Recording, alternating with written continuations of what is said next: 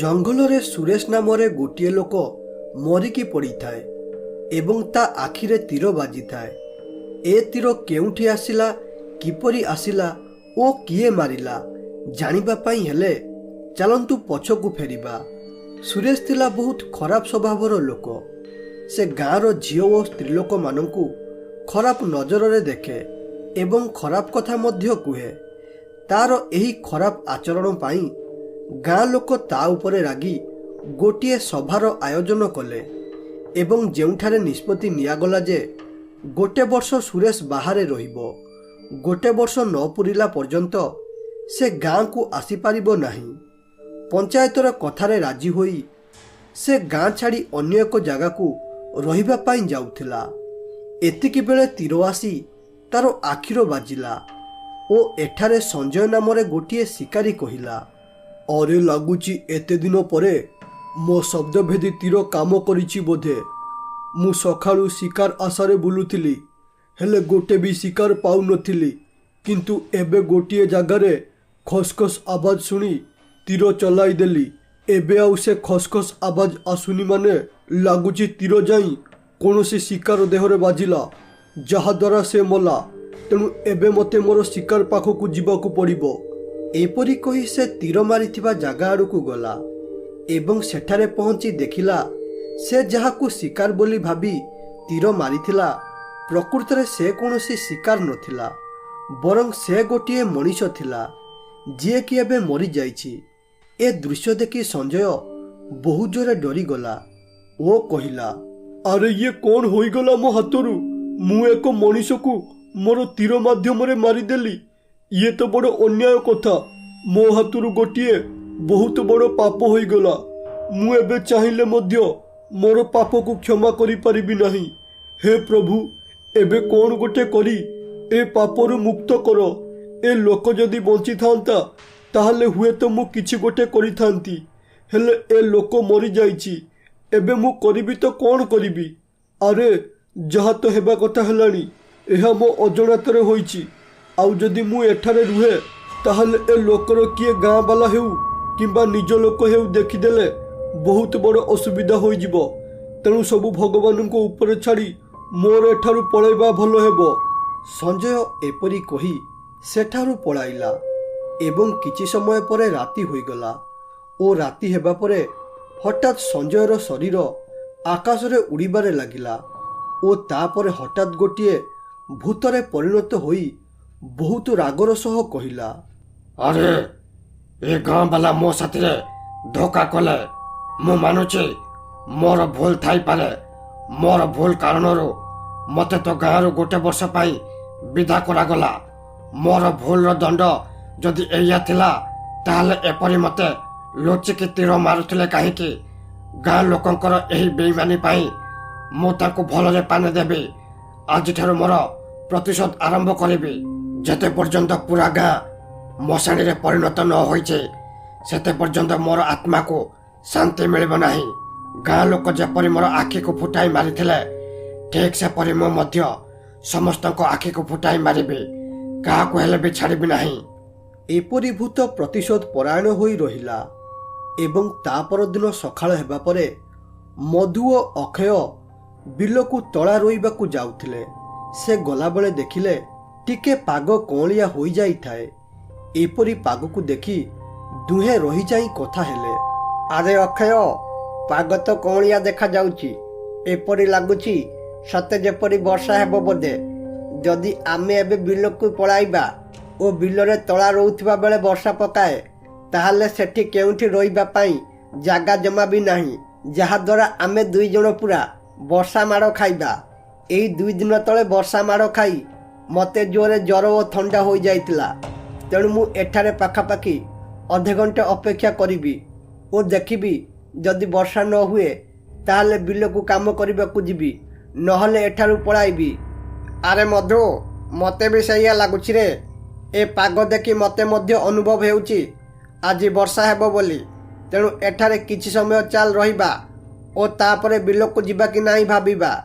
ଏମିତିରେ ଏବେ ବର୍ଷା ଦିନ ଓ ଏ ଦିନରେ ଯଦି ଥଣ୍ଡା ଜ୍ୱର ହୁଏ ତାହେଲେ ବିଲ କାମ ପୁରା ବନ୍ଦ ହୋଇଯିବ ଓ ଏହା ଛଡ଼ା ଗାଁରୁ ମେଡିକାଲ ବହୁତ ଦୂର, ସେଠାକୁ ବାରମ୍ବାର କିଏ ଯିବା ଆସିବା କରିବ? ଦୁଇ ଜଣ ଏପରି ଛିଡ଼ା ହୋଇ ବର୍ଷା କାଳ ହେବ ଅପେକ୍ଷା କରିବାରେ ଲାଗିଲେ। ଅପେକ୍ଷା କରୁଥିବା ବେଳେ ଛିଡ଼ା ହୋଇ ହୋଇ ବିରକ୍ତ ଲାଗିବା କାରଣରୁ ଅକ୍ଷୟ ସମୟ କାଟିବା ପାଇଁ ମଧୁକୁ ପଚାରିଲା, ଆରେ ମଧୁ, ଆମେ ସିନା ସୁରେଶକୁ ଗାଁରୁ ବର୍ଷେ ପାଇଁ ବିଦା କରିଦେଲେ, ହେଲେ ଥରେ ଭାବିଲୁ ସେ କେଉଁଠାରେ ରହୁଛି ଏବେ ଓ କିପରି ରହୁଛି? ଆରେ ମୋତେ ତ ଯାହା ଲାଗୁଛି ସେ କେଉଁଠାରେ ବି ରହିପାରିବନି, କାରଣ ତାର ପ୍ରକୃତି ବା ପରିବର୍ତ୍ତନ ହେବନି। ମାନେ ସେ ଯେଉଁଠି ବି ରହିବ ସେଠାରେ ଥିବା ଝିଅ ବୋଉଙ୍କୁ ଖରାପ ନଜରରେ ଅନାଇବ। ଆମେ ସିନା ତାକୁ ଛାଡ଼ିଦେଲେ, ହେଲେ ଅନ୍ୟ ଗାଁ ବାଲା ତାକୁ କଦାପି ଛାଡ଼ିବେନି। ଆରେ ଧେତ୍ ତେରିକି, ସକାଳେ ସକାଳେ ତୁ କାହା ନାଁ ନେଉଛୁ ଜାଣିପାରୁଛୁ ତ? ମାନେ ତୁ ସେଇ ପାପି ନାଁ ନେଉଛୁ। ହଇରେ, ସେଭଳି ପାପିକୁ ସିନା ଆମେ ଗାଁରୁ ବିଦା କରିଦେଲେ, ହେଲେ ସେ ଯେବେ ବର୍ଷେ ପରେ ଫେରିବ, ସେ କ'ଣ ଆଉ ତାର ପ୍ରକୃତି ଛାଡ଼ିଥିବ କି? ସେ ଯେଉଁଠି ବି ରହିଲେ ଠିକ୍ ସେମିତି ରହିବ। ସେଭଳି ଲୋକର ବଞ୍ଚିବାର କୌଣସି ଅଧିକାର ନାହିଁ। ସେ ବଞ୍ଚିବା ଅପେକ୍ଷା ମରିଯିବା ଭଲ। ସେ ଦୁଇ ଜଣ ଏପରି କଥାବାର୍ତ୍ତା ହେଉଥିବା ବେଳେ ହଠାତ୍ ସେଠାରେ ଭୂତ ପ୍ରକଟ ହେଲା ଏବଂ ରାଗରେ ସଙ୍ଗେ ସଙ୍ଗେ ସେ ଦୁଇ ଜଣଙ୍କର ଆଖି ଖୋଳି ମାରିଦେଲା ଓ ତାପରେ କହିଲା, ହଇରେ, ଏମାନେ ଏଠାରେ ସବୁ ଜାଣି ନ ଜାଣିଲା ପରି ହେଉଛନ୍ତି। ଏ କରି ତ ମୋତେ ବେଇମାନ କରି ମାରିଲେ ଏବଂ ଏହା ସହ ଏଠାରେ ମୋ ବିଷୟରେ କଥା ହେଉଛନ୍ତି କ'ଣ ନା ମୋ ପରି ଲୋକ ମରିଯିବା ଭଲ। ଏଠି ସାଧୁ ଦେଖାଇ ହେଲେ ତମ ପରି ଗର୍ଦ୍ଦାରମାନଙ୍କୁ ଖାଲି ଏପରି ମୃତ୍ୟୁଦଣ୍ଡ ଦରକାର। ମୁଁ ଶପଥ କରି କହୁଛି, ଯେତେ ପର୍ଯ୍ୟନ୍ତ ତୁମ ଗାଁର ଲୋକଙ୍କୁ ମାରି ମଶାଣିରେ ପରିଣତ ନ କରିଦେଇଛେ, ସେତେ ପର୍ଯ୍ୟନ୍ତ ମୋର ଆତ୍ମାକୁ ଶାନ୍ତି ମିଳିବ ନାହିଁ। ଦେଖୁ ଦେଖୁ ମଧୁ ଅକ୍ଷୟର କଥା ଗାଁରେ ପ୍ରକଟ ହୋଇଗଲା ଓ ହଠାତ୍ ଏ ଦୁଇ ଜଣଙ୍କର ମର୍ମାହତ ଭାବେ ମୃତ୍ୟୁ ଲୋକଙ୍କ ମନରେ ଭୟ ସୃଷ୍ଟି କରିଦେଲା ଓ ସମସ୍ତେ ଭାବିଲେ, ଏପରି ପରିସ୍ଥିତି କିଏ କରିଛି? ଆରେ ମୋର ଗାଁର ସମସ୍ତ ଗ୍ରାମବାସୀ ବୃନ୍ଦ, ଆଜି ପର୍ଯ୍ୟନ୍ତ ଏ ଗାଁରେ ଯାହା ବି ସମସ୍ୟା ହୋଇଛି ତାର ସମାଧାନ ଆମେ ସମସ୍ତେ ମିଶିକି କରନ୍ତି। ତେଣୁ ଏବେ ଆମ ଗାଁକୁ ଆସିଥିବା ସମସ୍ୟାର ସମାଧାନ କିପରି ଓ କେମିତି କରିବା? ଆରେ କାଲି ମୁଁ ମଧୁ ଓ ଅକ୍ଷୟ ସାଥିରେ କଥା ହୋଇଛି, ହେଲେ ଆଜି ତାଙ୍କ ଦୁଇ ଜଣଙ୍କର ମୃତ୍ୟୁ ହୋଇଗଲା। ଏସବୁ ଶୁଣି କଥାଟା ପୁରା ଆଶ୍ଚର୍ଯ୍ୟ ଲାଗୁଛି। ଏସବୁ କାହାର କାମ ହୋଇପାରେ? ତମମାନଙ୍କ ଭିତରୁ କିଏ କିଛି କହିବାର ଅଛି ଯଦି କୁହ। ଆରେ ମୁଖିଆ, ମୋତେ ଯାହା ଲାଗୁଛି ଏ କାମ ସୁରେଶର ହୋଇଥିବ। ସେ ହିଁ ଆମଠାରୁ ପ୍ରତିଶୋଧ ନେବା ପାଇଁ ଏପରି କରୁଥିବ, କାରଣ ଆମେ ତାକୁ ଏଠାରୁ ବିଦା କରିଛନ୍ତି ଏବଂ ଏ ଦୁଇ ଜଣ ମରିବା ସେ ସୁରେଶ କେସ୍ ସହିତ ସମାନ ଖାଉଛି। ମାନେ ସୁରେଶ ଝିଅ ବୋଉଙ୍କୁ ଖରାପ ନଜରରେ ଦେଖୁଥିଲା ବୋଲି ଆମେ ତାକୁ ଗାଁରୁ ବିଦା କଲେ, ସେଥିପାଇଁ ସେ ଆଖି ଖୋଳି ମାରୁଥିବ। ଆଉ ଗୋଟିଏ କଥା, ସୁରେଶକୁ ଗାଁରୁ ବିଦା କରିବା ଆଇଡିଆ ପ୍ରଥମେ ମଧୁ ଦେଇଥିଲା, ବୋଧେ ଏଥିପାଇଁ ସେ ଏପରି କରିଥିବ। ଆରେ ମୁଖିଆ, ମୋତେ କାହିଁ ଏକଥା ବିଶ୍ୱାସ ହେଉନି, କାରଣ ମଧୁ ଓ ଅକ୍ଷୟ ଦୁଇ ଜଣ ଥିଲେ ଓ ଏ ଦୁଇ ଜଣ ମଧ୍ୟ ବହୁତ ଶକ୍ତିଶାଳୀ। ଏ ଦୁଇ ଜଣ ଚାହିଁଲେ ମରାମରିରେ ଚାରି ଜଣଙ୍କୁ ଅଟକାଇ ଦେବେ ଓ ସୁରେଶ ଥିଲା ଏକଲା। ସେ ଏକଲା ଏପରି ଦୁଇ ଜଣଙ୍କ ଆଖିକି ଖୋଳିକି ମାରିବା କଥାଟା ମୋତେ ଜମା ବି ବିଶ୍ୱାସ ହେଉନି। ତେଣୁ ୟା ପଛରେ କିଛି ଅନ୍ୟ ଏକ ରାଜ ଲୁଚିକି ରହିଥାଇପାରେ। ତେଣୁ ଏମିତି ସୁରେଶକୁ ଅଜଣାରେ ଦୋଷ ଦେବାଟା ମୋତେ ଜମା ବି ଠିକ୍ ଲାଗୁନି। ଆରେ ତୁମ ଦୁଇ ଜଣ ଯେଉଁ ମତ ରଖିଲ, ସେ ମତକୁ ଦେଖିବାକୁ ଗଲେ ଦୁଇ ଜଣ ପୁରା ଠିକ୍ କହୁଛ। ତେଣୁ ଦୁଇ ଜଣଙ୍କ କଥାକୁ କାଟିବା ସମ୍ଭବ ନୁହଁ। ଏପରି କିଏ ମାରିଲା, କାହିଁକି ମାରିଲା ଓ କ'ଣ ପାଇଁ ମାରିଲା, ଏ ବିଷୟରେ ଆମେ କେହି ବି କିଛି ଜାଣିନାହାନ୍ତି ଓ ଏହା ମଧ୍ୟ ଜାଣିନାହାନ୍ତି ଆଗକୁ ଆମ ଗାଁରେ କାହାର ମୃତ୍ୟୁ ଘଟିବ। ତେଣୁ ଏଇ କିଛି ଦିନ ସମସ୍ତେ ଗାଁରୁ ବାହାରିବାକୁ ଚେଷ୍ଟା କରନା ଏବଂ ଏହା ଛଡ଼ା ରାତିରେ ମଧ୍ୟ ଘରୁ ବାହାରନା। ଯେତେବେଳେ ମାହୋଲ ଠିକ୍ ହେବ, ମୁଁ ଗୋଟିଏ ସଭା ବସାଇ ସମସ୍ତଙ୍କୁ କହିବି କେତେବେଳେ ଘରୁ ବାହାରିବ ବୋଲି। ତେଣୁ ଏବେ ନିଜେ ସୁରକ୍ଷିତ ରହିବା ସହ ନିଜ ପରିବାରକୁ ମଧ୍ୟ ସୁରକ୍ଷିତ ରଖ। ମୁଖିଆଙ୍କର କଥା ସମସ୍ତେ ମାନିଲେ ଏବଂ କିଛି ଦିନ ସକାଳେ ଏବଂ ରାତିରେ କେହି ବି ଘରୁ ବାହାରିଲେ ନାହିଁ, ଯାହାଦ୍ୱାରା ସମସ୍ତଙ୍କୁ ଲାଗିଲା ବିପଦ ଏବେ ଟଳିଗଲା ବୋଲି। ହେଲେ ସେ ଜାଣିନଥିଲେ ଏବେ ପ୍ରକୃତ ବିପଦ ଆରମ୍ଭ ହେଲା ବୋଲି। ମାନେ ସୁରେଶ ହେଉଛି ସେଇ ଗାଁର ଲୋକ। ତେଣୁ ସେ ଜାଣିଥିଲା ଗାଁରେ କାହାର ଜୀବନ ଗଲେ ସର୍ବପ୍ରଥମେ ସେମାନେ ଗୋଟିଏ ସଭା ବସାଇ ଲୋକଙ୍କୁ ବାହାରକୁ ବାହାରିବା ପାଇଁ ମନା କରିବେ ବୋଲି। ଏସବୁ ଜାଣି ସୁରେଶ ମଧ୍ୟ କିଛି ଦିନ ଚୁପ୍ ରହିଲା ଓ ସେ ମନରେ ଭାବି ଦେଇଥିଲା ଯେବେ ବି ଗାଁ ଲୋକ ଘରୁ ବାହାରିବେ ସେତେବେଳେ ତାଙ୍କୁ ମାରିବେ ବୋଲି। କିଛି ଦିନ ପରେ ସମସ୍ତଙ୍କୁ ଘରୁ ବାହାରକୁ ବାହାରିବା ପାଇଁ ଅନୁମତି ମିଳିଲା। ତେଣୁ କ୍ଷେତକୁ ବହୁତ ଦିନ ହେବ ଆସିନଥିବା ହରି ତାର କ୍ଷେତରେ ପହଞ୍ଚିଗଲା ଓ ତାର କ୍ଷେତକୁ ଦେଖି ବହୁତ ଭାବବିହ୍ୱଳ ହୋଇ କହିଲା, ଆଲୋ ମୋର କ୍ଷେତ, ମୋର ଅନ୍ନଦାତା ମା ଲକ୍ଷ୍ମୀ, ତତେ ମୁଁ ବହୁତ ଦିନ ହେବ ଦେଖିନି ଏବଂ ତୋ କଥା ଭାବି ଭାବି ମୋତେ ଜମା ବି ନିଦ ହେଉନଥିଲା। ମୁଁ ବାସ୍ ଖାଲି ତୋରି କଥା ଭାବୁଥିଲି ଓ ମୋ ମନକୁ ଖାଲି ପାପ ଛୁଉଁଥିଲା କି ତୁ ଠିକ୍ ଅଛୁ ତ ଓ ମୋର ଚାଷ ଠିକ୍ ଅଛି ତ। ସେ ପାପୀ ସୁରେଶ ଆମ ଗାଁରୁ ଯିବା ଦିନରୁ ସବୁ ଏପରି ଅଘଟଣା ଘଟୁଛି। ତେଣୁ ସେପରିକା ଲୋକ ଆମ ଗାଁ ପାଇଁ କଳଙ୍କ। ସେ ଜନ୍ମ ହେବା ଆଗରୁ ମରିଗଲାନି କାହିଁକି ଯେ ଜନ୍ମ ହୋଇ ଆମ ଗାଁକୁ ଏପରି କଷ୍ଟ ଦେଉଛି। ତା ପାଇଁ ଆଜି ମୁଁ ମୋର କ୍ଷେତଠାରୁ ଏତେ ଦିନ ହେବ ଦୂରରେ ରହିଲି। ଯାହା ହେଉ ଭଗବାନଙ୍କ ଦୟାରୁ ମୋର କ୍ଷେତ କିଛି ବି ହୋଇନି। ଯଦି କିଛି ହୋଇଥାନ୍ତା ତାହେଲେ ମୁଁ ବଞ୍ଚି ଥାଉ ଥାଉ ମରିଯାଇଥାନ୍ତି। ହଉ ଏବେ ଆଉ ବିଳମ୍ବ ନକରି ଯାଉଛି ମୋର କ୍ଷେତ କାମ କରିବି। ସେ ଏପରି କହିଛି କି ନାହିଁ ହଠାତ୍ ସେଠାରେ ସୁରେଶର ଭୂତ ପ୍ରକଟ ହେଲା ଓ ତାପରେ କହିଲା, ହଇରେ ହରି, ଏଇ ଟିକିଏ ପୂର୍ବରୁ ତୁ ମୋ ବିଷୟରେ କ'ଣ କହୁଥିଲୁ? ମୁଁ ଜନ୍ମ ହେବା ଆଗରୁ ମରିଯିବା ଭଲ। ହଇରେ, ମୁଁ ଏମିତି କି ପାପ କରିଦେଲି ଯେଉଁଥିପାଇଁ ଆଜି ମୋର ଏପରି ମୃତ୍ୟୁଦଣ୍ଡ ହେଲା? ମୁଁ ସିନା ଜନ୍ମ ହେବା ଆଗରୁ ମରିଲିନି, ହେଲେ ତତେ ଆଜି ଏଇଠାରେ ତୋର ଆଖି ଖୋଳି ମାରିବି। ଆରେ ଭୂତ, ସୁରେଶ ଭୂତ, ଆରେ ଏ ସୁରେଶ, ଦୟାକରି ମୋତେ ଛାଡ଼ିଦେ। ମୋର ବହୁତ ବଡ଼ ଭୁଲ ହୋଇଯାଇଛି ଏବଂ ମୁଁ ମୋର କ୍ଷେତ ଜମି ରାଣ ଖାଇ କହୁଛି ତୋ ବିଷୟରେ ଆଉ କେବେ ବି ଖରାପ କଥା କହିବିନି। ବାସ୍ ମୋତେ ଛାଡ଼ିଦେ ରେ, ମୋତେ ଛାଡ଼ିଦେ। ଘରେ ମୋର ସ୍ତ୍ରୀ ଓ ପିଲାଛୁଆ ଅପେକ୍ଷା କରିଛନ୍ତି। ସେମାନେ ମୋତେ ନ ପାଇ ମରିଯିବେ। ହେଲେ ଭୂତ ତାର ପ୍ରତିଶୋଧରେ ଏତେ ହଜି ଯାଇଥିଲା ଯେ ସେ ଏସବୁ କଥା ଶୁଣିଲା ନାହିଁ ଏବଂ ସେଇଠାରେ ସୁରେଶର ଆଖି ଖୋଳି ମାରିଦେଲା। ସୁରେଶ ମରିବା ପରେ ଭୂତର ମୁଣ୍ଡକୁ ଏକ ବୁଦ୍ଧି ଜୁଟିଲା। ସେ ଆଉ ପୂର୍ବ ଭୁଲ କରିବାକୁ ଚାହୁଁନଥିଲା।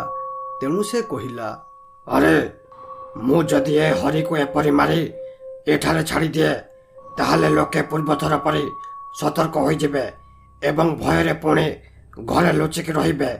ତେଣୁ ମୋତେ ୟାକୁ ଏଠାରୁ ହଟାଇବାକୁ ପଡ଼ିବ, ଯାହାଦ୍ୱାରା ଲୋକେ ଭାବିବେ ହରି ବୋଧେ କୁଆଡ଼େ କାମକୁ ଯାଇଛି, ଯେଉଁଥିପାଇଁ ସେ ଗାଁରେ ନାହିଁ ଓ ଲୋକଙ୍କ ମନରେ ଭୟ ଜାତ ହେବନି, ଯାହାଦ୍ୱାରା ସେ ଘରୁ ବାହାରିବେ। ଓ ମୁଁ ତ ସେଇଆ ଚାହୁଁଥିଲି, ଯେମିତି ସେ ଘରୁ ବାହାରିବେ ମୁଁ ତାଙ୍କୁ ମାରିବି। ଭୂତ ଏପରି କହି ହରି ସହ ସେ ମଧ୍ୟ ସେଠାରୁ ଅଦୃଶ୍ୟ ହୋଇଗଲା।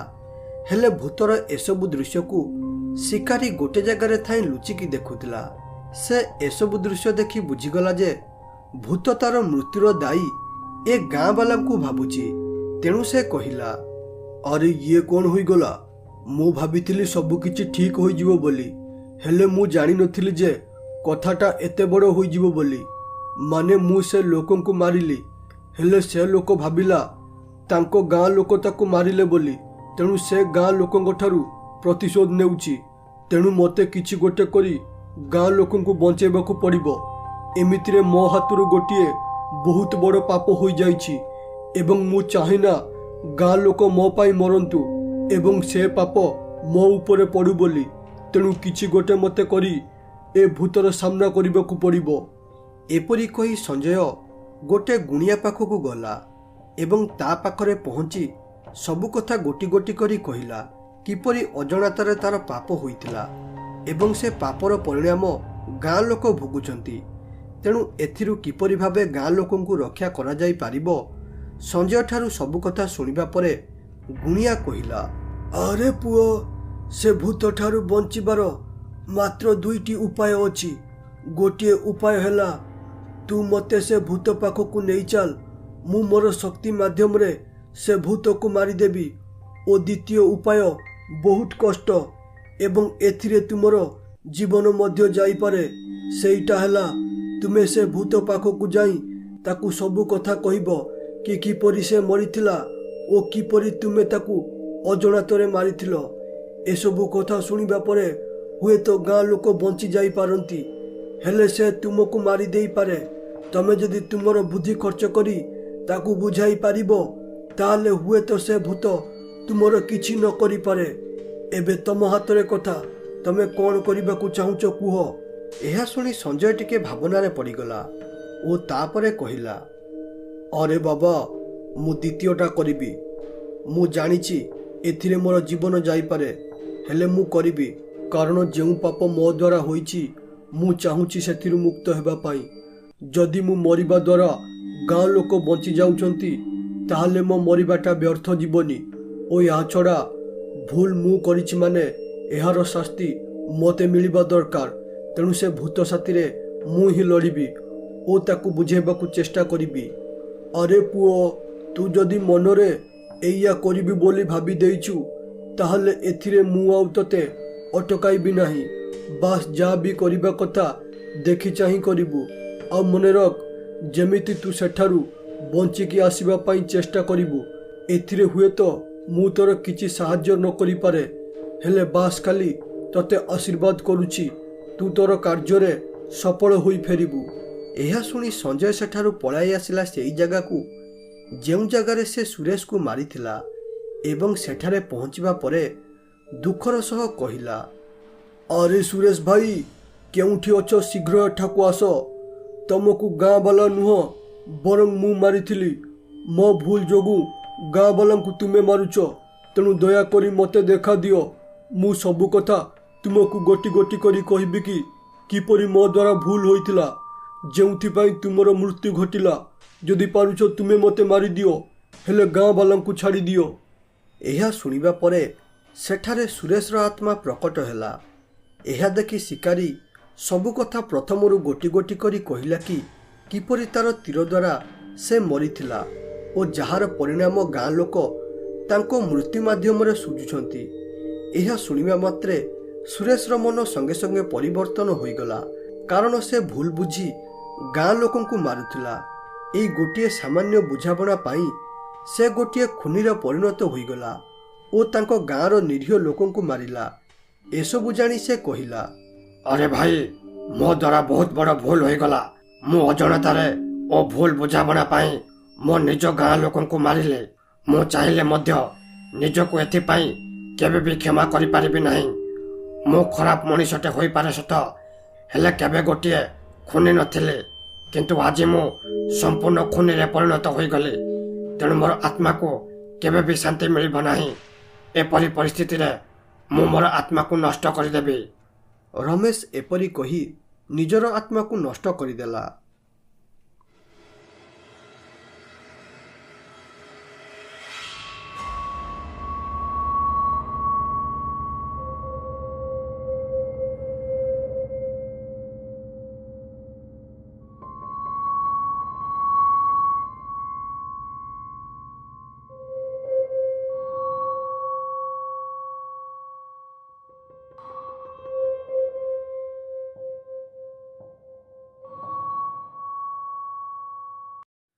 ଏକଦା ଗୋଟିଏ ବିଲୁଆ ମନ ଦୁଃଖରେ ଜଙ୍ଗଲରେ ଛିଡ଼ା ହୋଇଥାଏ, କାରଣ ତାର କେହି ବି ସାଙ୍ଗ ନଥିଲେ। ଏହି କାରଣରୁ ସେ ପୁରା ଏକଲା ପଡ଼ିଯାଇଥାଏ। ଆରେ, ମୁଁ ହେଉଛି ଜଙ୍ଗଲର ସବୁଠାରୁ ଦୁଃଖୀ ପ୍ରାଣୀ। ସମସ୍ତଙ୍କ ପାଖରେ ସାଙ୍ଗ ଅଛନ୍ତି ଖେଳିବା ପାଇଁ, ହେଲେ ମୋ ପାଖରେ କେହି ବି ସାଙ୍ଗ ନାହାନ୍ତି। ତେଣୁ ମୁଁ ବହୁତ ଏକଲା। ଏ ଏକଲାପଣକୁ ଦୂର କରିବା ପାଇଁ ମୋ ପାଖରେ କିଛି ବି ଉପାୟ ନାହିଁ। ତେଣୁ ମୋ ମତରେ ବଞ୍ଚିବା ଅପେକ୍ଷା ମରିଯିବା ଭଲ। ବିଲୁଆ ଏପରି କହିଛି କି ନାହିଁ, ହଠାତ୍ ତାକୁ ଏକ କାନ୍ଦିବାର ଶବ୍ଦ ଶୁଭିଲା। ଆରେ, ମୁଁ ଆଉ ବଞ୍ଚିବିନି। ଏପରି ଜୀବନ ରଖିକି ମୋର କିଛି ବି ଲାଭ ନାହିଁ। ଏଭଳିଆ ବଞ୍ଚିବା ଅପେକ୍ଷା ମରିଯିବା ଭଲ। ହେ ପ୍ରଭୁ, ମୋତେ ଦୟାକରି ତୁମ ପାଖକୁ ନେଇଯାଅ। ମୁଁ ଆଉ ଏପରି ବଞ୍ଚିବାକୁ ଚାହୁଁନି। ବହୁତ ଦୁଃଖ ସହିଲାଣି। ମୁଁ ମୋର ଜୀବନରେ ବଞ୍ଚି ଥାଉଁ ଥାଉଁ ଟିକେ ସୁଖ ପାଇଲି ନାହିଁ ଏବଂ ମଲା ପରେ ଟିକେ ସୁଖ ବି ପାଇଲି ନାହିଁ। ତେଣୁ ବଞ୍ଚିବା ଅପେକ୍ଷା ମରିଯିବା ଭଲ।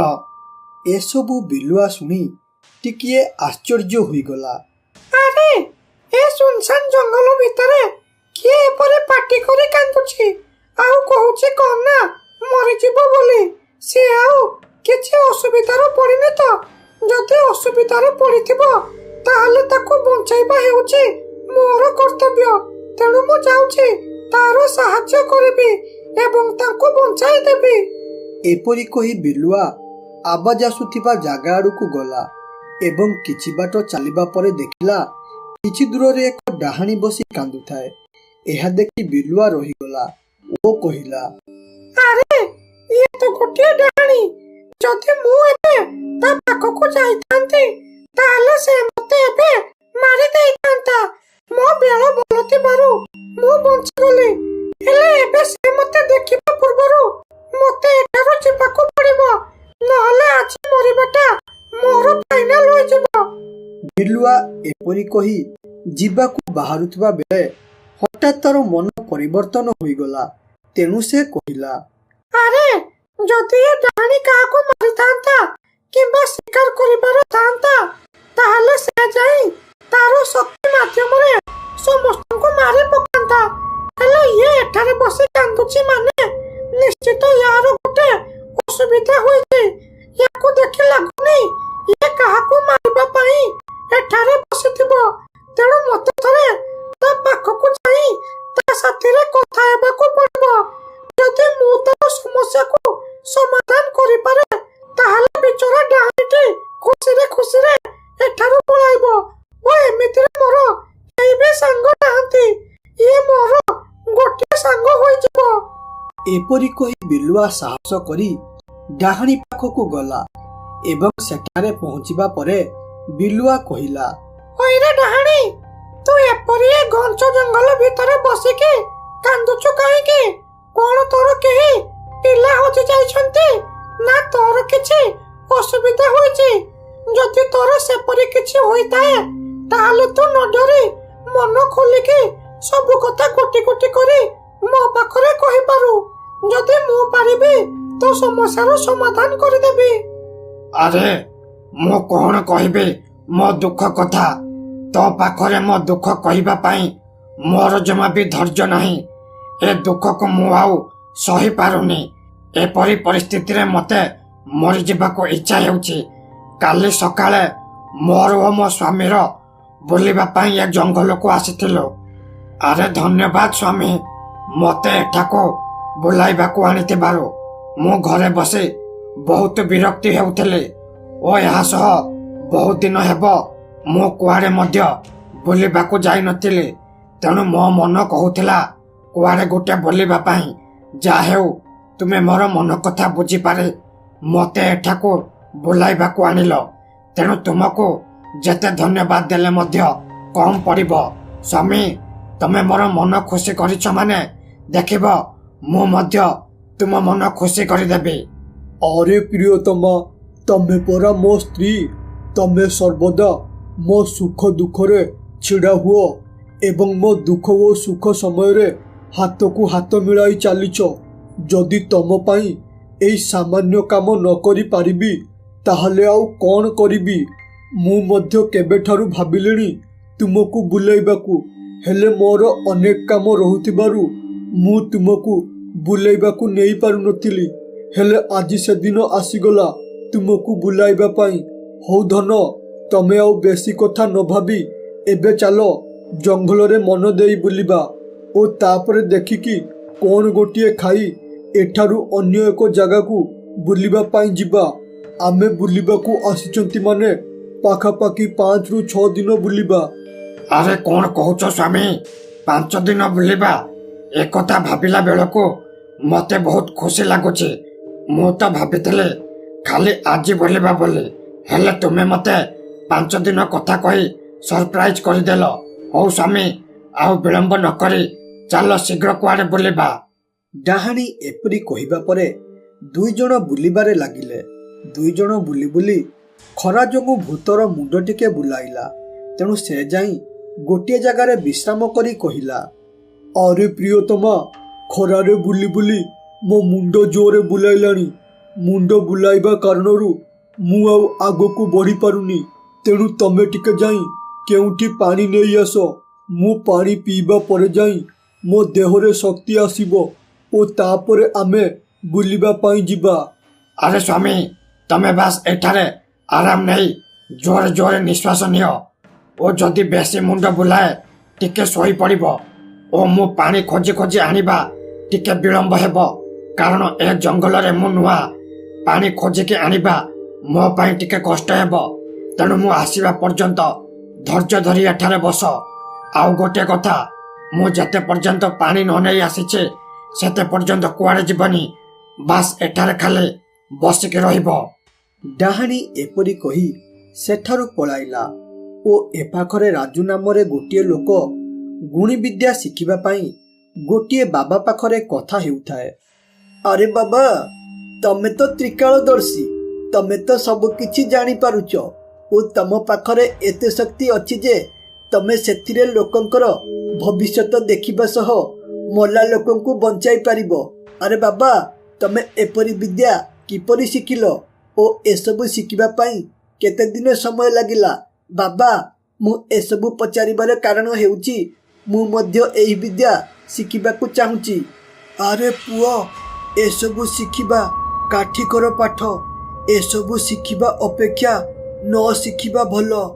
ଏହା ଶିଖିବା ପାଇଁ ମୁଁ 5 ବର୍ଷ ହେବ ଘରଠାରୁ ଦୂରରେ ରହି ଜଙ୍ଗଲରେ ତପସ୍ୟା କଲି ଏବଂ ବହୁ ଚେଷ୍ଟା ପରେ ମୋତେ ଏ ଶକ୍ତି ମିଳିଛି। ମୁଁ ଏତେ ଶକ୍ତି ପାଇବା ପାଇଁ ବହୁତ ଚେଷ୍ଟା ଓ କଷ୍ଟ କରିଛି, ଯାହାଦ୍ୱାରା ମୁଁ ଆଜି ଏପରି ତ୍ରିକାଳଦର୍ଶୀ ହୋଇପାରିଛି। ହେଲେ ପୁଅ, ମୁଁ ଚାହୁଁନି ତମେ ଏସବୁରେ ପଶ ବୋଲି। ତମେ ହେଉଛ କଳିଯୁଗର ଛୁଆ, ତେଣୁ ତମେ ଖାଇ ପିଇ ଘର ସଂସାର କରି ଖୁସିରେ ରହିବାକୁ ଚେଷ୍ଟା କର। ଆରେ ବାବା, ମୋର ଘର ସଂସାର କେହି ବି ନାହାନ୍ତି। ମୁଁ କଳିଯୁଗର ଛୁଆ ହୋଇପାରେ ସତ, ହେଲେ ମୋର ଏପରି ସାଧାରଣ ମଣିଷ ହୋଇ ବଞ୍ଚିବାର ଆବଶ୍ୟକ ନାହିଁ। ମୁଁ ମଧ୍ୟ ତୁମ ପରି ଶକ୍ତି ପାଇବାକୁ ଚାହୁଁଛି। ଆରେ ବାବା, ଏପରି କିଛି ବାଟ ଅଛି କି ଯେଉଁଥିରେ ମୁଁ ଶୀଘ୍ର ଶକ୍ତି ପାଇଯିବି ଓ ମୋତେ 5 ରୁ 6 ବର୍ଷ ତପସ୍ୟା କରିବାକୁ ପଡ଼ିବ ନାହିଁ? ଆରେ ପୁଅ, ସେପରି ବାଟ ଅଛି ଯେ, ହେଲେ ସେଟା କରିବା ବହୁତ କଷ୍ଟକର।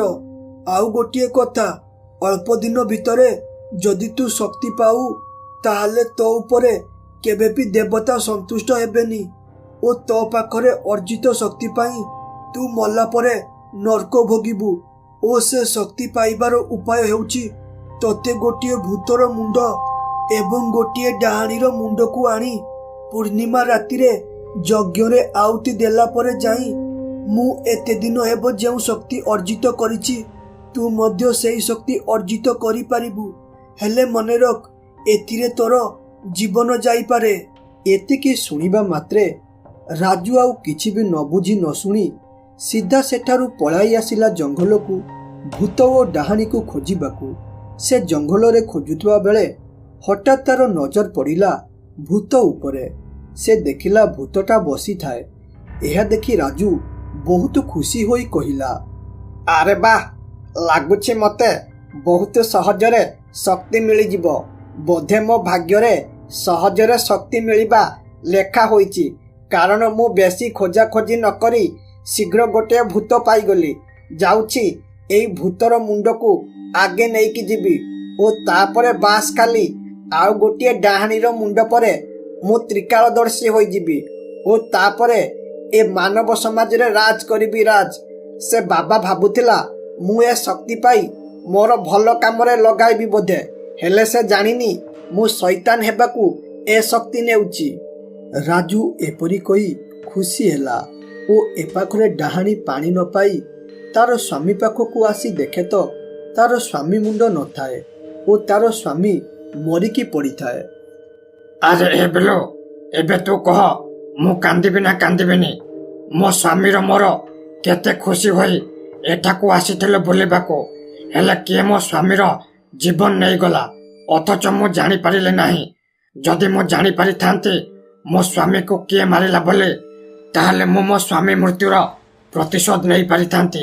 ଆରେ ବିଲୁ, ମୁଁ ଏବେ ଏ ଜଙ୍ଗଲରେ ଏକଲା ଏବଂ ଏଠାରେ ମୋର କେହି ବି ନାହାନ୍ତି ଓ ଏହା ଛଡ଼ା ମୁଁ ମୋର ଘରକୁ ଫେରିବା ପାଇଁ ବାଟ ଦେଖିନି। ଏବେ ମୁଁ କରିବି ତ କ'ଣ କରିବି, କୁଆଡ଼େ ଯିବି ଓ କ'ଣ କରିବି, କିଛି ବି ବୁଦ୍ଧି ବାଟ ମୋତେ ଦେଖାଯାଉନି। ହେ ଭଗବାନ, ମୁଁ ତୁମର କି କ୍ଷତି କରିଥିଲି ଯେଉଁଥିପାଇଁ ତୁମେ ମୋତେ ଆଜି ଏପରି କଷ୍ଟ ଦେଉଛ? ଏସବୁ କଥା ଶୁଣି ଓ ଦେଖି ବିଲୁଆକୁ ବହୁତ ଜୋରେ ଦୁଃଖ ଲାଗିଲା। ସେ ଆସିଥିଲା ଡାହାଣୀର ସମସ୍ୟା ସମାଧାନ କରିବା ପାଇଁ, ହେଲେ ଏପରି ସମସ୍ୟା ସେ ଚାହିଁଲେ ମଧ୍ୟ ସମାଧାନ କରିପାରିବ ନାହିଁ। ତେଣୁ ସେ ଡାହାଣୀକୁ ଟିକେ ଶାନ୍ତ କରାଇବା ପାଇଁ କହିଲା। ଆରେ ଡାହାଣୀ, ତୁ ଜମା ବି ମନ ଦୁଃଖ କରନା। ଯାହା ତ ହେବା କଥା ହୋଇଗଲାଣି। ଏଥିରେ ତୁ ଆଉ କିଛି କରିପାରିବୁ ନାହିଁ। ଏପରି ପରିସ୍ଥିତିରେ ତୁ ନିଜକୁ ନିଜେ ସମ୍ଭାଳ। ଆଉ ମନରେ ଗୋଟିଏ ଲକ୍ଷ୍ୟ ରଖ, କେମିତି ତୋ ସ୍ୱାମୀର ପ୍ରତିଶୋଧ ନେବୁ। ତୋ ପ୍ରତିଶୋଧ ପୂରଣ କରିବାରେ ମୁଁ ତୋର ସାହାଯ୍ୟ କରିବି। ଆଉ ବାକି ରହିଲା ତୋର ଖାଇବା ରହିବା କଥା। ତୁ ମୋ ସାଥିରେ ଚାଲ, ମୋ ଗୁମ୍ଫାରେ ରହିବୁ। ଆଉ ତୋ ଖାଇବା ରହିବା କଥା ସବୁ ମୁଁ ବୁଝିବି। ଆଉ ମନେ ରଖ, ତୁ ଯେତେ ପର୍ଯ୍ୟନ୍ତ ତୋ ସ୍ୱାମୀ ମୃତ୍ୟୁର ପ୍ରତିଶୋଧ ନ ନେଇଛୁ, ସେତେ ପର୍ଯ୍ୟନ୍ତ ତୁ କୁଆଡ଼େ ଯିବୁନି। ଆରେ ଧନ୍ୟବାଦ ବିଲୁଆ, ତୁ ମୋତେ ଏତେ ବଡ଼ ସାହାଯ୍ୟ କରିଥିବାରୁ। ମୁଁ ଏପରି ପରିସ୍ଥିତିରେ କୁଆଡ଼େ ଯିବି, କ'ଣ କରିବି, କୋଉଠି ରହିବି କିଛି ବି ବୁଝିପାରୁନଥିଲି। ହେଲେ ତୁ ମୋର ରକ୍ଷକ ସାଜି ଏଠାକୁ ଆସିଲୁ, ତେଣୁ ତତେ ଯେତେ ଧନ୍ୟବାଦ ଦେଲେ ମଧ୍ୟ କମ୍ ପଡ଼ିବ। ଆଉ ବିଲୁ, ତୁ ମୋତେ ଏତେ ସାହାଯ୍ୟ କରିଛୁ ମାନେ ମୁଁ ଯେତେ ପର୍ଯ୍ୟନ୍ତ ମୋର ପ୍ରତିଶୋଧ ପୂରଣ ନ କରିଛି ସେତେ ପର୍ଯ୍ୟନ୍ତ ତୋ ପାଖରେ ରହିବି। ବାସ୍ ତୁ ଖାଲି ସେ ଲୋକକୁ ଖୋଜିକି ଦେ ଯିଏ ମୋର ସ୍ୱାମୀକୁ ମାରିଥିଲା। ଆରେ ଡାହାଣୀ, ତୁ ଜମା ବି ଚିନ୍ତା କରନା। ମୁଁ ତତେ ପ୍ରତିଜ୍ଞା କରି କହୁଛି, ତୋ ସ୍ୱାମୀକୁ ମାରିଥିବା ଲୋକକୁ ମୁଁ ନିଶ୍ଚିତ ଖୋଜିକି ଦେବି ଓ ତୋର ସାହାଯ୍ୟ କରିବି। ବାସ୍ ତୁ ଖାଲି ଧୈର୍ଯ୍ୟ ଧର। ହଉ, ତୁ କାନ୍ଦି କାନ୍ଦି ବହୁତ ଥକି ଗଲୁଣି। ଏବେ ଆଉ ବେଶୀ ବିଳମ୍ବ ନ କରି ଚାଲ ମୋ ସାଥିରେ ମୋ ଗୁମ୍ଫାକୁ। ସେଠାରେ ଟିକେ ବିଶ୍ରାମ କରିବୁ। ବିଲୁଆ ଏପରି କହି ଡାହାଣୀକୁ ସାନ୍ତ୍ୱନା ଦେଲା ଓ ମନରେ ଭାବିଦେଲା ଯେମିତି ବି ହେଉ ସେ ଡାହାଣୀର ସାହାଯ୍ୟ କରିବ ବୋଲି। ଏବଂ ତା ପରଦିନ ସକାଳ ହେବା ପରେ ବିଲୁଆ ସର୍ବପ୍ରଥମେ ବାଘ ପାଖକୁ ଗଲା ଏବଂ ସେଠାରେ ପହଞ୍ଚିବା ପରେ ବାଘ ପଚାରିଲା। ହଇରେ ବିଲୁ, ଆଜି ସକାଳୁ ସକାଳୁ ଏଠି ତୋର ଏମିତି ମୋ ପାଖରେ କି କାମ ପଡ଼ିଲା ରେ? ସକାଳୁ ମୁହଁ ନ ଧୋଇ ଏଠାକୁ ଆସିଲୁ କିରେ? ତୋର କିଛି ଅସୁବିଧା ହେଲା କିରେ, ଯେଉଁଥିପାଇଁ ଏତେ ଦିନ ପରେ ତତେ ମାମୁଁ କଥା ମନେ ପଡ଼ିଲା? ହଉ ଛାଡ଼ ସେ କଥା, ଏଠାକୁ କାହିଁକି ଆସିଛୁ କହ ଓ ମୋ ପାଖରେ ତୋର କି କାମ ଅଛି? ଆରେ ମାମା, ତମେ ମତେ ଛୋଟବେଳୁ ଯେଉଁ କାମ କହିଛ ମୁଁ କରିଛି। ସର୍ବଦା ତୁମ ସୁଖ ଦୁଃଖରେ ଛିଡ଼ା ହୋଇଛି। ହେଲେ ଆଜି ମୋର ଏକ ବଡ଼ ସାହାଯ୍ୟର ଆବଶ୍ୟକ ଅଛି, ଯାହାକି ତମେ କରିପାରିବ ବୋଲି ମୋର ଆଶା। ଓ ସେଇ କାମଟି ହେଉଛି ମୋର ଗୋଟିଏ ସାଙ୍ଗ ଡାହାଣୀର ସ୍ୱାମୀକୁ କିଏ ମାରି ତାର ମୁଣ୍ଡକୁ କାଟି ନେଇଯାଇଛି। ମାମା, ତମେ ତ ଏ ଜଙ୍ଗଲର ରାଜା, ତମେ ସବୁଆଡେ ବୁଲୁଥିବ, ତେଣୁ ତୁମେ ହିଁ ସେ ଲୋକର ଠିକଣା ମତେ ଦେଇପାରିବ। ତୁମ ପାଖରେ ଅନୁରୋଧ ରହିଲା, ବାସ୍ ଏତିକି କାମ କରିଦିଅ। ଆରେ ବିଲୁ, ଜୀବନରେ ପ୍ରଥମ ଥର ତୁ ମୋତେ କିଛି କାମ କରିବା ପାଇଁ କହିଛୁ, ତେଣୁ ତୁ ଜମା ବି ଚିନ୍ତା କରନା, ମୁଁ ସେ କାମ କରିଦେବି। ହେଲେ ବିଲୁ, କାମ ପୁରା ହେଲା ପରେ ଟିକେ ମାମୁଁ କଥା ବୁଝିଦେବୁ ମାନେ କିଛି ମାଂସ ମୋତେ ଆଣିକି ଦେବୁ, ମୁଁ ଖାଇବି। ବାସ୍ ତୋ କାମ ହେଲା ବୋଲି ଜାଣ। ବାଘର ଏକଥାରେ ବିଲୁଆ ରାଜି ହୋଇଗଲା ଏବଂ ତା ପରଦିନ ସକାଳ ହେବା ପରେ ବାଘ ତାର କାମରେ ଲାଗି ପଡ଼ିଲା। ସେ ଜଙ୍ଗଲ ସାରା ଖୋଜି ଖୋଜି ଦେଖିଲା ରାଜୁ ଭୂତ ମୁଣ୍ଡକୁ ପାଖରେ ରଖିଥାଏ। ଏ ଦୃଶ୍ୟ ଦେଖି ବାଘ ପୁରାପୁରି ବୁଝିଗଲା ଯେ ଇଏ ହେଉଛି ସେଇ ଲୋକ ଯାହାକୁ ବିଲୁଆ ଖୋଜୁଛି। ଏହା ଦେଖି ସେ କହିଲା, ଆରେ ଏ ଲୋକକୁ ଦେଖି ମୁଁ ଯାହା ଜାଣିପାରୁଛି, ଏଇଟା ହେଉଛି ସେଇ ଲୋକ ଯାହାକୁ ବିଲୁଆ ଖୋଜୁଛି। କାରଣ ଏହା ପାଖରେ ଗୋଟିଏ ଭୂତର ମୁଣ୍ଡ ଅଛି ଓ ଏହା ସହ ଏହାର ମୁହଁରୁ ଜଣା ପଡୁଛି ଯେ ଏଟା ତାନ୍ତ୍ରିକ ହେବାକୁ ଚେଷ୍ଟା କରୁଛି। ତେଣୁ ମୁଁ ବେଶୀ ବିଳମ୍ବ ନ କରି ଯାଉଛି ଏ ବିଷୟରେ ବିଲୁଆ ପାଖରେ କହିବି। ଏହା ଜାଣି ବିଲୁଆ ବହୁତ ଖୁସି ହେବ ଓ ଏହା ବଦଳରେ ମତେ ମାଂସ ଖାଇବାକୁ ଦେବ। ହଉ, ବହୁତ ହୋଇଗଲା ଖୁସି ହେବା। ଏବେ ଯାଉଛି ଶୀଘ୍ର କହିବି, ନହେଲେ ଯଦି ଏ ଲୋକଟା ଏଠାରୁ ପଳାଏ ତାହେଲେ ଏହାର ପତା ଲଗାଇବା କଷ୍ଟ ହୋଇ ପଡ଼ିବ। ବାଘ ଏପରି କହି ସେଠାରୁ ପଳାଇ ଆସିଲା ବିଲୁଆ ପାଖକୁ ଓ ବିଲୁଆ ପାଖରେ ପହଞ୍ଚି କହିଲା, ଆରେ ବିଲୁ, ତୁ ଖୋଜୁଥିବା ଲୋକକୁ ମୁଁ ପାଇଗଲି। ସେ ଲୋକଟି ଜଙ୍ଗଲର ଉତ୍ତର ପଟେ ଅଛି ଓ ତା ପାଖରେ ଗୋଟିଏ ଭୂତର ମୁଣ୍ଡ ଅଛି। ତୁ ଯଥା ସମ୍ଭବ ସେଠାକୁ ଯା, ନହେଲେ ସେ ସେଠାରୁ ଯଦି କୁଆଡ଼େ ପଳାଏ ତାହେଲେ ତାର ଅତାପତା ପାଇବୁ ନାହିଁ। ବାଘ ଏପରି କହିବା ପରେ ବିଲୁଆ ଡାହାଣୀକୁ ଧରି ଉତ୍ତର ପାଖକୁ ନେଇଗଲା ଏବଂ ସେଠାରେ ପହଞ୍ଚିବା ପରେ ଡାହାଣୀ ଦେଖିଲା ସତକୁ ସତ ଏଇ ଲୋକ ତାର ସ୍ୱାମୀକୁ ମାରିଛି, କାରଣ ତା ସ୍ୱାମୀର ମୁଣ୍ଡ ସେ ଲୋକ ପାଖରେ ଥାଏ। ଏହା ଦେଖି ଡାହାଣୀ ବହୁ ଜୋରେ ରାଗିଗଲା ଏବଂ ସେଇଠାରେ ରାଜୁକୁ ମାରିଦେଲା। ରାଜୁକୁ ମାରିବା ପରେ ଡାହାଣୀର ରାଗ ଶାନ୍ତ ହେଲା ଓ ତାପରେ ସେ ବିଲୁଆକୁ କହିଲା, ଆରେ ଧନ୍ୟବାଦ ବିଲୁଆ, ତୋ ଯୋଗୁଁ ମୁଁ ମୋର ସ୍ୱାମୀର ପ୍ରତିଶୋଧ ପୂରଣ କଲି। ଯଦି ତୁ ଆଜି ନଥାନ୍ତୁ ତାହେଲେ ଏସବୁ କେବେ ବି ସମ୍ଭବ ହୋଇନଥାନ୍ତା। ତେଣୁ ଏଥିପାଇଁ ତତେ ଯେତେ ଧନ୍ୟବାଦ ଦେଲେ ମଧ୍ୟ କମ୍ ହେବ। ବିଲୁ, ମୁଁ ଶୁଣିଥିଲି ତୋର କୁଆଡ଼େ ସାଙ୍ଗ ନାହାନ୍ତି ବୋଲି, ତେଣୁ ଆଜିଠାରୁ ମୁଁ ତୋର ସାଙ୍ଗ ହୋଇ ତୋ ପାଖରେ ରହିବି। ଏପରି ଭାବେ ବିଲୁଆ ଡାହାଣୀର ସାହାଯ୍ୟ କରି ତାର ଏପରି ଭାବରେ ବିଲୁଆ ଡାହାଣୀକୁ ସାହାଯ୍ୟ କରି ଏକ ସାଙ୍ଗ ବନାଇ ପାରିଲା।